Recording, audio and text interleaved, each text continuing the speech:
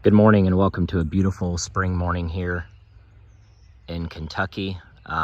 It is April 13th and we have a lot of flowers and trees that are getting ready to bloom. So we are on the verge, maybe just the very beginning of the honey flow here. We have a lot of red buds around the property that have already bloomed within the past week or two, and the bees have been tearing those up.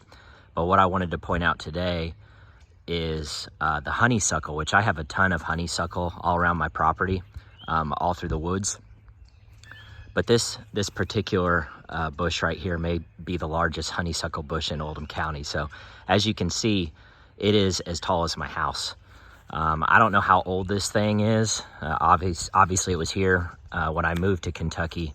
But my boys growing up would climb this bush because that's how big it is.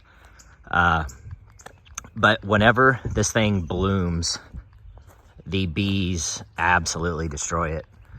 They're all over this. And so I just wanted to show you kind of how close we are to having some blooms.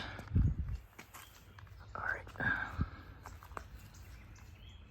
So you can see here, you see the blooms that are getting ready to come out right now. So I'm venturing to guess that these will open within about a week. And then this entire bush generally is covered with honeybees. So a lot of my spring honey ends up having honeysuckle in it, because all through the woods here and all along the edge of my woods is honeysuckle after honeysuckle after honeysuckle, all the way to the back of my property and all the way around. And then on the other side here is honeysuckle as well. So it's just all throughout here. And personally, I love the taste of honeysuckle in the honey, which again, my honey ends up having a lot of it because the bees and the apiaries back over there, they end up foraging all around here. And they just, the food source is plenty. So they go after it, and it has a nice, light, sweet flavor, in my opinion. Some people prefer the darker honeys, but I have plenty of customers that go nuts over the really light colored honey. So, generally this time of year, early spring, at the very beginning of the flow, you're gonna have like maple.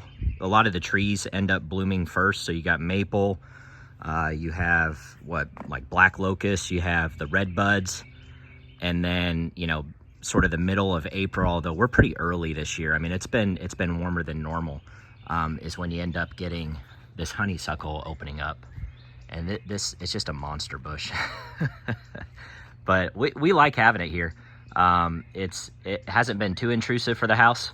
And since, the bees absolutely love it, obviously I want to keep it around. So I think my boys would be pretty upset if I ended up trimming it or taking it down. So this mulberry tree, however, is kind of a pain in the butt. And both of my boys are allergic to it. So I've thought about taking that down. But it's I think it's a male mulberry tree because it does not produce any fruit.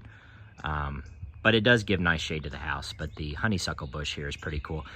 Not knowing any better, when I first came here, I thought this was some sort of tree. And then I had an arborist come by and I was like, no, that might be the largest honeysuckle bush I've ever seen in my entire life. So I don't know. I think it's pretty cool. And the fact that the bees love it, I'm pretty thrilled to have it here. So once these start opening up and the blooms open up and I get bees all over this thing, I'll try to shoot another video for you all because it's pretty cool to see them forage all over it. Like I said, there's so much honeysuckle all throughout here.